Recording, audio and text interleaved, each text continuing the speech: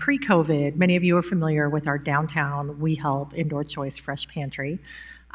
Pre-COVID, we served about 170 families per day at that site on a busy day, which equated to about 6,000 people per month.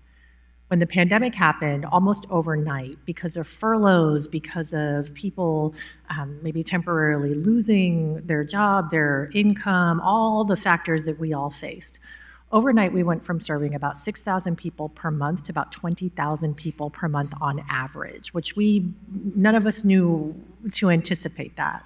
But to your point, it highlighted that we had a lot of food insecurity in our community pre-pandemic. And a lot of what we heard from the neighbors that we spoke to who were coming through our drive-through, because we moved outside to keep people safe. Many of you probably got caught in the traffic around our building with our apologies. We're back inside, so that has abated. But when we were speaking to folks, they were letting us know things like, we could have really used some help before the pandemic, and we didn't know we could come here. And so part of what the pandemic did for us was to really promote that we were there and that we were accessible, that the food we were providing was nutritious, and people were going to be served with dignity and respect.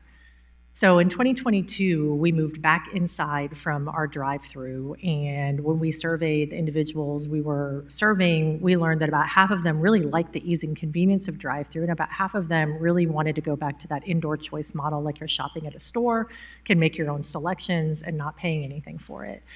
So we thought, great, we'll open up 2 drive-throughs, we'll reopen our indoor choice pantry, and we will be able to stay level with serving our 20,000 neighbors per month, which is where we were averaging.